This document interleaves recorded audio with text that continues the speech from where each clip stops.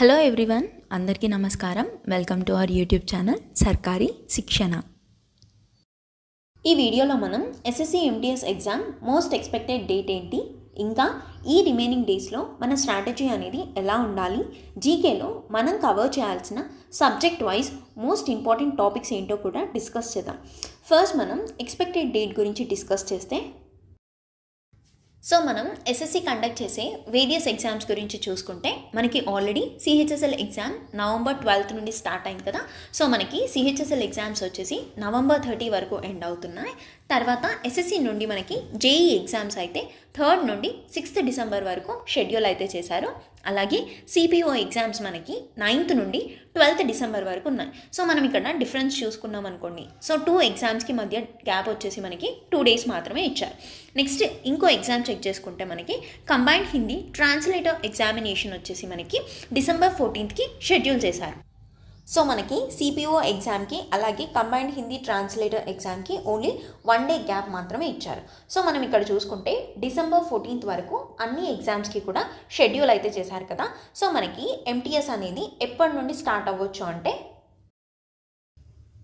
So మనకి maximum కూడా MTS exams అనేది 16th, 18th or 20 December నుండి స్టార్ట్ అవ్వడానికి మ్యాక్సిమం ఛాన్సెస్ అయితే ఉన్నాయి.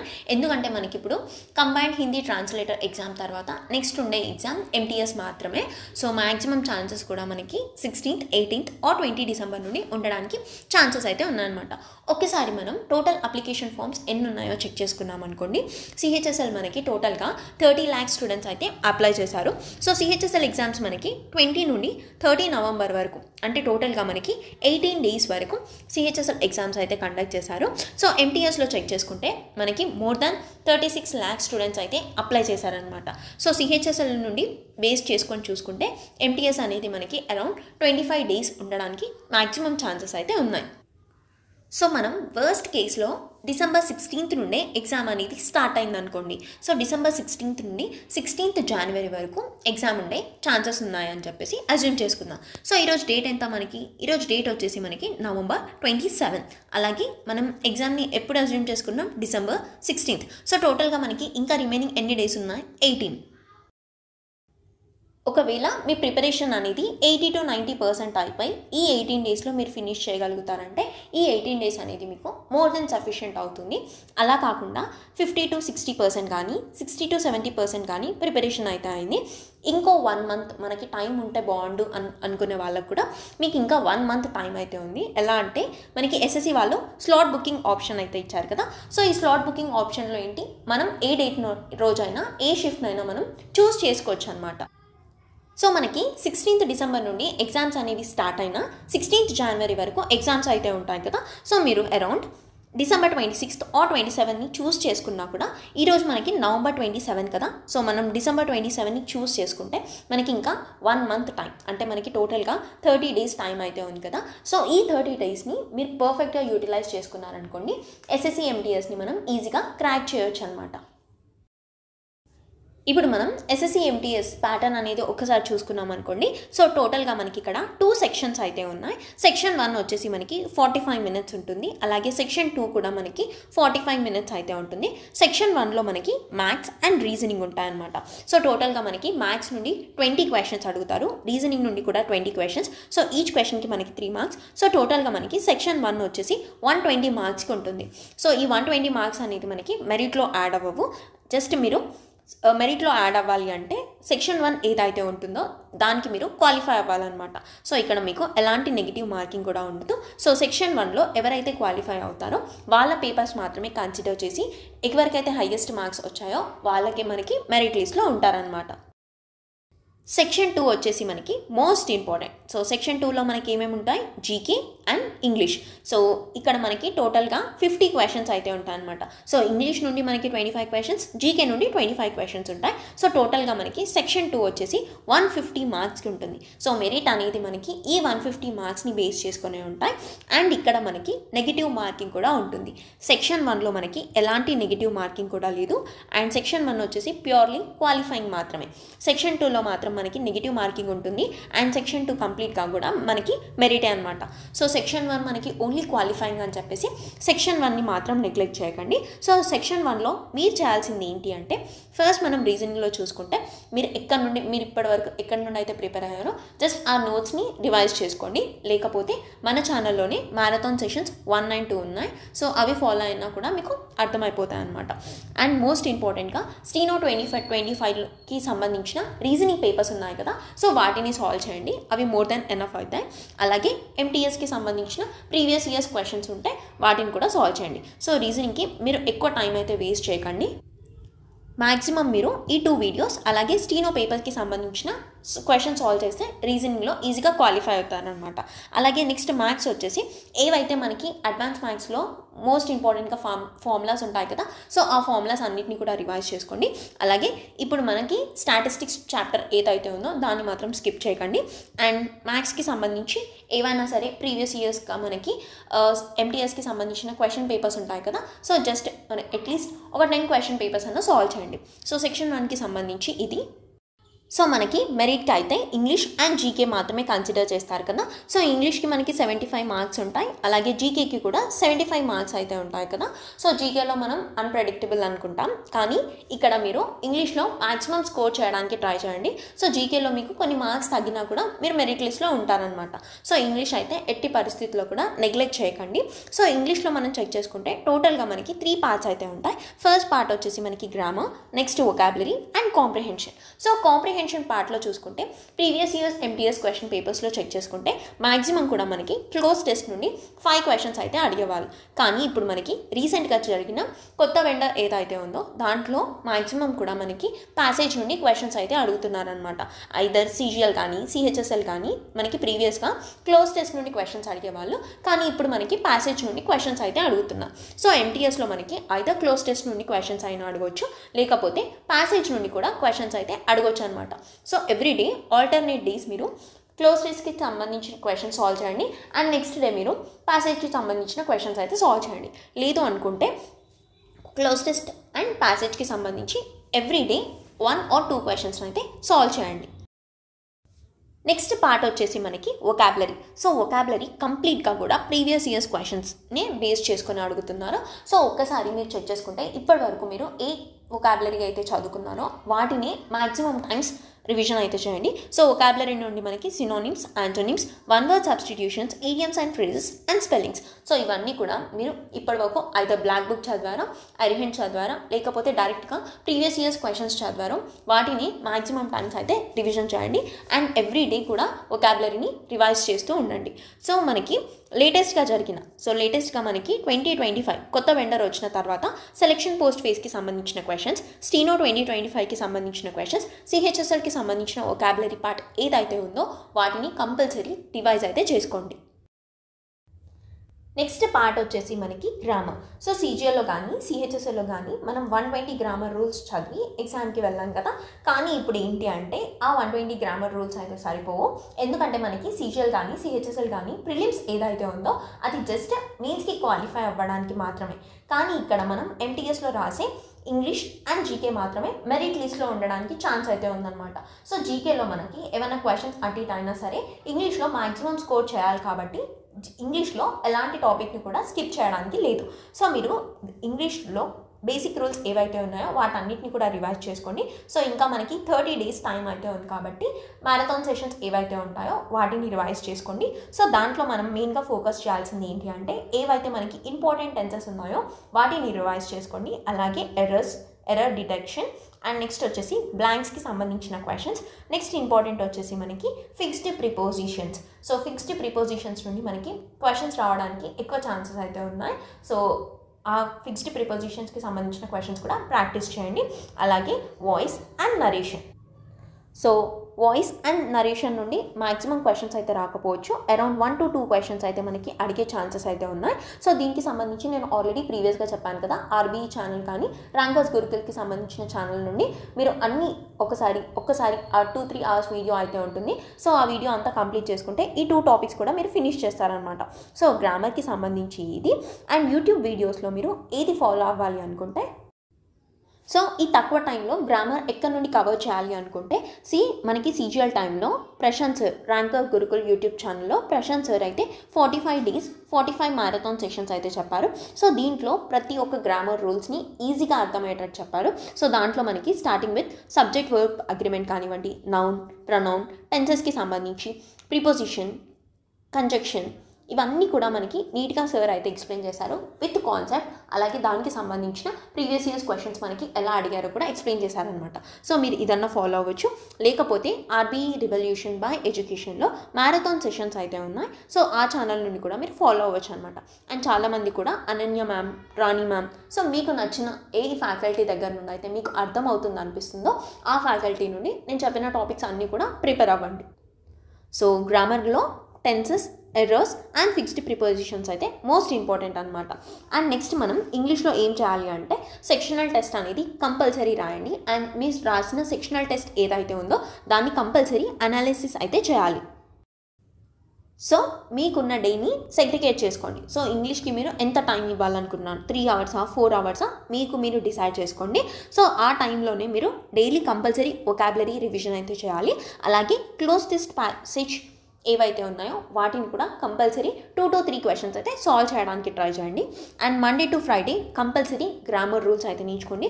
అండ్ సాటర్డే, సండే రోజు రివైజ్ చేసుకోండి అనమాట. సో మీరు ప్రీవియస్గా ఏవైతే గ్రామర్ రూల్స్ నేర్చుకున్నారో దానికి సంబంధించిన రివిజన్ అయితే సాటర్డే అండ్ సండే చేయండి. అండ్ సెక్షనల్ టెస్ట్ అయితే compulsory most important. And grammar rules అన్నీ కూడా బేసిక్స్ నుండి నేర్చుకోండి. అండ్ ఆ బేసిక్స్ అనేది కంప్లీట్ ఫౌండేషన్ బ్యాచ్ నుండి కాకుండా మ్యారథాన్ సెషన్స్ ఉంటాయి కదా, సో వాటి నుండి మీరు నేర్చుకోండి. Noun, pronoun, adjective and verb, preposition, conjunction, subject verb agreement, articles. So దీనికి రిలేటెడ్గా మనకి క్వశ్చన్స్ అడుగుతారు కదా, సో దీనికి రిలేటెడ్గా మ్యారథాన్ వీడియోస్ అయితే చూడండి. అండ్ నెక్స్ట్ వచ్చేసి ఎలా సెగ్రిగేట్ చేసుకోవాలి అనుకుంటే టోటల్గా మనకి 30 days టైం అయితే ఉంది కదా. సో టెన్సెస్కి మీరు 2 days టైం తీసుకున్నాం, ఫిక్స్డ్ ప్రిపోజిషన్కి 3 days, వాయిసెస్కి 2 days అండ్ స్పీచ్కి వచ్చేసి 2 days. సో ఇలా మీరు ముందే ఒక ప్లాన్ అయితే తీసుకోండి. సో ఆ ప్లాన్ ప్రకారం మీరు డేని సెగ్రిగేట్ చేసుకొని రివిజన్ అయితే చేయండి. నెక్స్ట్ మోస్ట్ ఇంపార్టెంట్ వచ్చేసి జనరల్ అవేర్నెస్. సో ఒక్కసారి మనం MTSలో మనకి ప్రీవియస్గా TCS ప్యాటర్న్లో వెయిటేజ్ ఎలా ఉందో చెక్ చేసుకున్నాం అనుకోండి. సో స్టాటిక్ జీకే నుండి మనకి మోర్ నెంబర్ ఆఫ్ క్వశ్చన్స్ అయితే అడిగేవాళ్ళు అనమాట. సో స్టాటిక్ జీకే నుండి చెక్ చేసుకుంటే మనకి అరౌండ్ 9 questions అయితే TCS ప్యాటర్న్లో అడిగేవాళ్ళు. అండ్ హిస్టరీ నుండి 4, పాలిటీ నుండి 3, జోగ్రఫీ నుండి 3, కరెంట్ అఫైర్స్ నుండి 3 questions, సైన్స్ నుండి 2 questions అండ్ ఎకనామీ నుండి lower number of questions around 1 or 2 questions మాత్రమే అడిగేవాళ్ళు. సో TCS ప్యాటర్న్లో ఏంటి, MTSలో మనకి మ్యాక్సిమం క్వశ్చన్స్ కూడా జీకేలో స్టాటిక్ జీకే నుండి అడిగేవాళ్ళు అనమాట. సో ఇప్పుడు మనకి ఎలా ఉంటుంది అంటే ఫిక్స్డ్ వెయిటేజ్ అయితే లేదు.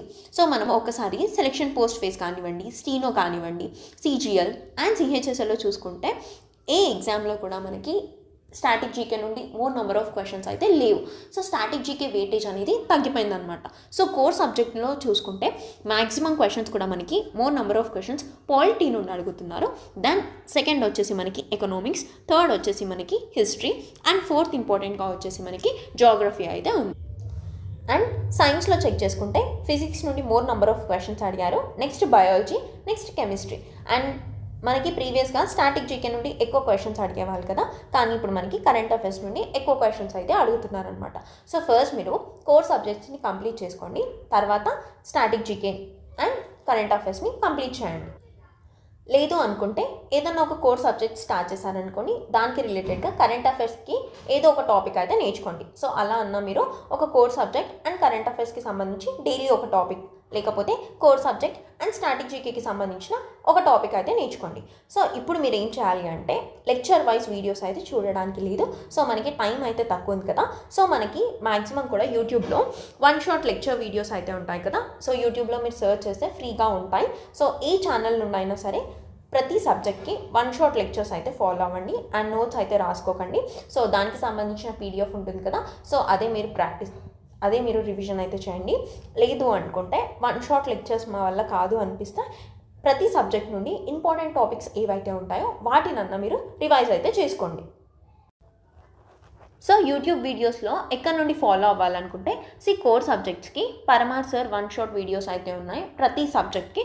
సో ఆ వీడియోస్ అన్న చూడండి. లేకపోతే రా ఎస్ఎస్సి ఎగ్జామ్స్ ఛానల్లో కూడా మనకి వన్ షార్ట్ వీడియోస్ అయితే ఉన్నాయి. లేకపోతే జీవి కక్ష, ఈ 3 యూట్యూబ్ ఛానల్ నుండి మీరు ఫాలో అవ్వచ్చు. లేకపోతే మీరు ఇప్పటివరకు ఎక్కడి నుండి ఫాలో అయినా సరే ఆ వన్ షాట్ వీడియోస్ అయితే ప్రాక్టీస్ చేసుకోండి అండ్ రివైజ్ చేసుకోండి. అండ్ స్టాటిక్ జీకేకి సంబంధించి Aman sir, SSC lab or Parmar sir, ఈ 2 సర్స్ దగ్గర నుండి మీరు స్టాటిక్ జీకే అయితే వీడియోస్ అయితే చెక్ చేసుకోవచ్చు. అలాగే మాక్ టెస్ట్ ఇప్పుడు ఏం రాయాలి అని చెప్పేసి మీరు జీకేకి సెక్షనల్ టెస్ట్ అయితే రాయాల్సిన అవసరం లేదు. సో ఇంగ్లీష్లో కంపల్సరీ మనం డైలీ సెక్షనల్ టెస్ట్ అయితే రాయాలి.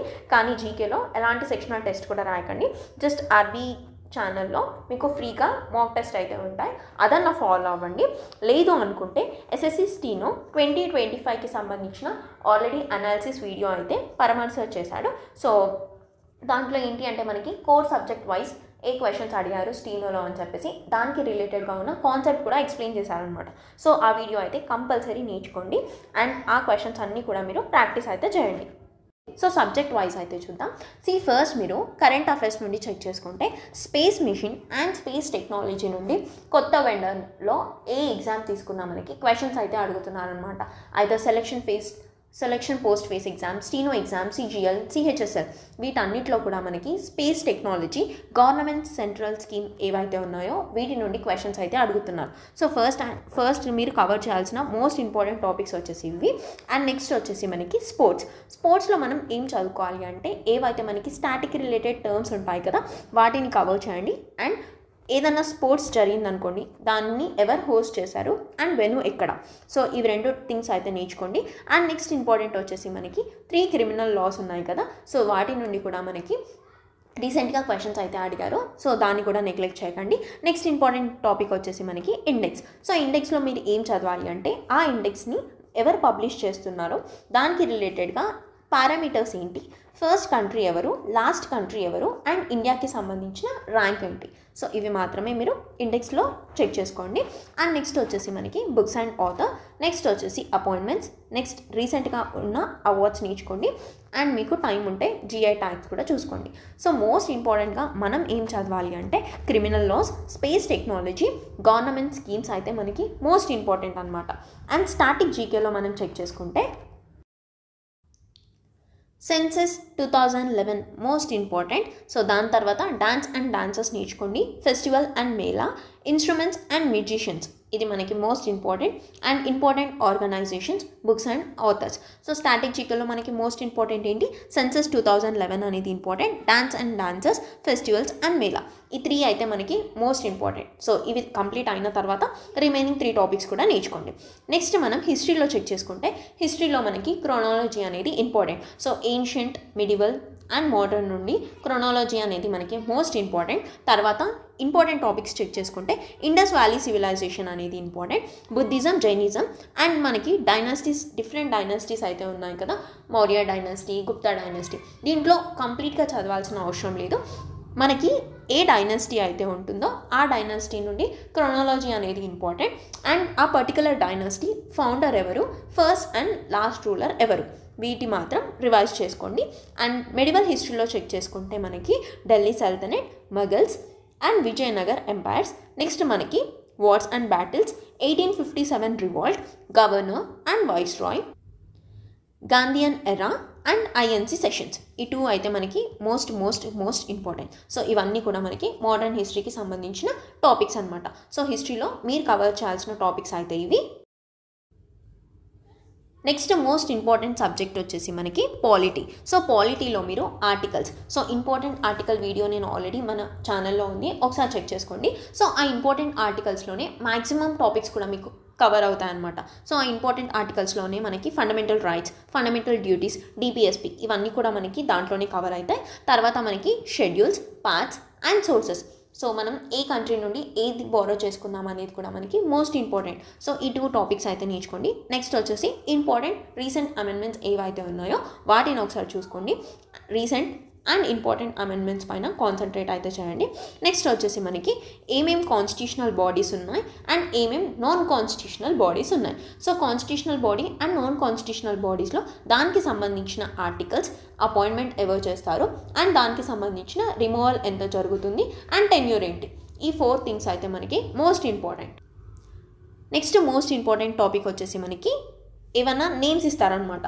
రైల్వే అనేది మనకి ఏ లిస్ట్లో ఉంది అని చెప్పేసి. సో స్టేట్ లిస్టా, యూనియన్ లిస్టా అండ్ కాంకరెంట్ లిస్టా అనేది మనకి మోస్ట్ ఇంపార్టెంట్. నెక్స్ట్ వచ్చేసి మనకి president, vice president, prime minister, CM, governor, council of minister. సో దీనికి సంబంధించి అన్నీ చదవాల్సిన అవసరం లేదు. మనకి ప్రెసిడెంట్లో ఉన్న ఇంపార్టెంట్ ఆర్టికల్స్ అన్నీ కూడా ఇంపార్టెంట్ ఆర్టికల్స్ వీడియోలోనే కవర్ అవుతాయి. సో దీంట్లో ఏం చదవాలి అంటే వాళ్ళకి సంబంధించిన ఏజ్ ఏంటి, క్వాలిఫికేషన్ అండ్ ఎలా అపాయింట్ అవుతారు అండ్ వాళ్ళని ఎవరు రిమూవ్ చేస్తారు, ఇవే మనకి పాలిటీలో ఉన్న most important topics. Next subject geography. So జోగ్రఫీలో మోస్ట్ ఇంపార్టెంట్ టాపిక్స్ చూసుకుంటే రివర్ సిస్టమ్ అనేది ఇంపార్టెంట్, హిమాలయాస్, ల్యాండ్ ఫార్మ్స్, అగ్రికల్చర్లో మనకి క్రాప్స్ అయితే important, solar system, islands, minerals and atmosphere and climate అనేది మనకి most important topics. Next subject వచ్చేసి మనకి ఎకనామిక్స్. సో ఎకనామిక్స్ నుండి మీరు ఏం కవర్ చేయాలి అంటే 5-year ప్లాన్ అనేది important and most important topic వచ్చేసి మనకి ఇండస్ట్రియల్ పాలసీ రెజల్యూషన్ అనేది important, banking system, physical policy and micro economics. సైన్స్లో చూసుకుంటే మనకి ఫిజిక్స్ నుండి SI units, instrument and inventions, famous theories, sound and Kepler law అనేది మనకి ఫిజిక్స్లో ఉన్న మోస్ట్ ఇంపార్టెంట్ టాపిక్స్. కెమిస్ట్రీలో చెక్ చేసుకుంటే మనకి periodic table, atom, chemical name and its uses. So ఇది మనకి కెమిస్ట్రీలో ఉన్న మోస్ట్ ఇంపార్టెంట్ టాపిక్స్.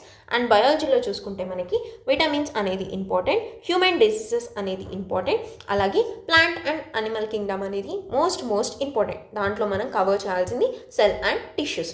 నెక్స్ట్ వచ్చేసి మనకి system of human body. So ఇప్పుడు మనం సబ్జెక్ట్ వైజ్ ఏమేమి ఇంపార్టెంట్ టాపిక్స్ అన్నీ కూడా చూసాం కదా. సో ఇప్పుడు మనం స్ట్రాటజీ అనేది నెక్స్ట్ 30 డేస్కి ఎలా ఉండాలి. అయితే మీరు మ్యారథాన్ సెషన్స్ సబ్జెక్ట్ వైజ్ అన్న చూడండి, లేదు అనుకుంటే ఇప్పుడు నేను subject wise most important topics చెప్పాను కదా, ఆ టాపిక్స్ అన్నీ కూడా కవర్ చేయడానికి అయితే ట్రై చేయండి. సో డైలీ రివిజన్ అనేది ఒక కోర్ సబ్జెక్ట్ ఉండాలి ప్లస్ కరెంట్ అఫైర్స్. సో ఈరోజు మనం పాలిటీ అనేది చదివామనుకోండి, సో పాలిటీ ప్లస్ ఏదైనా కరెంట్ అఫైర్స్ అనమాట. లేదు అనుకుంటే 1 core subject plus static GK. So total 30 డేస్లో మీరు పాలిటీకి 5 డేస్ టైం అయితే ఇవ్వండి. సో పాలిటీలో ఫస్ట్ డే మీరు చదువుతున్నారు, సో దాంట్లో మీరు ఫస్ట్ డే కరెంట్ అఫైర్స్లో ఇండెక్స్ అనే టాపిక్ని ఫినిష్ చేయండి. అండ్ సెకండ్ డే పాలిటీ చదివేటప్పుడు books and authors, and third day polity చదివేటప్పుడు కరెంట్ అఫైర్స్ నుండి అపాయింట్మెంట్స్. సో మీరు 5 డేస్లో పాలిటీ ప్లస్ కరెంట్ అఫైర్స్కి సంబంధించిన 5 టాపిక్స్ని అయితే ఫినిష్ చేయండి. అండ్ నెక్స్ట్ 5 డేస్లో మీరు economics, so economics 5 days finish చేశారనుకోండి, నెక్స్ట్ స్టాటిక్ జీకేని కవర్ చేయండి. సో స్టాటిక్ జీకేకి సంబంధించి డాన్స్ కానీ, senses, 5-year plan. So senses కానీ 5-year ప్లాన్ కానీ ఇవన్నీ కూడా ఎకనామిక్స్కి రిలేటెడ్గా ఉంటాయి కదా. సో అలా మీరు స్టాటిక్ జీకే అండ్ సబ్జెక్ట్ని రిలేట్ చేసుకోండి. అండ్ నెక్స్ట్ చూసుకుంటే జోగ్రఫీ 5 డేస్ అండ్ కరెంట్ అఫైర్స్లో ఉన్న ఇంపార్టెంట్ టాపిక్స్ని కవర్ చేయండి. నెక్స్ట్ ఏంటి, హిస్టరీ. సో హిస్టరీకి 6 డేస్ తీసుకోండి. సో ఏన్షియంట్కి 2 డేస్, మెడివల్కి 2 డేస్ అండ్ మోడర్న్కి 2 డేస్. సో ప్లస్ ఏదైనా కరెంట్ అఫైర్స్. ఫిజిక్స్కి 3 డేస్, కెమిస్ట్రీకి 3 డేస్ అండ్ బయాలజీకి 3 డేస్. సో ఇలా మీరు ముందే 30 డేస్కి ఒక ప్రాపర్ స్ట్రాటజీ అయితే పెట్టుకోండి. అండ్ మోస్ట్ ఇంపార్టెంట్గా మీరు కవర్ చేయాల్సింది ఏంటి అంటే సీనోకి సంబంధించిన 20-25 క్వశ్చన్స్ ఏవైతే ఉన్నాయో వాటన్నిటిని కూడా సబ్జెక్ట్ వైజ్ మీరు అనాలిసిస్ అయితే చేయండి. అట్లీస్ట్ పరమార్ సార్ ఆల్రెడీ దానికి సంబంధించిన అనాలిసిస్ వీడియో అయితే పెట్టాడు కదా. సో సబ్జెక్ట్ వైజ్ ఆ వీడియో అయితే చూడండి. దాంట్లో మీకు maximum concepts and important topics అన్నీ కూడా కవర్ అయిపోతాయి. లేదు అనుకుంటే అలాగే మనకి phase 13 10th and 12th level exams ఏవైతే ఉన్నాయో దానికి సంబంధించిన క్వశ్చన్ పేపర్స్ని కూడా సాల్వ్ చేయండి.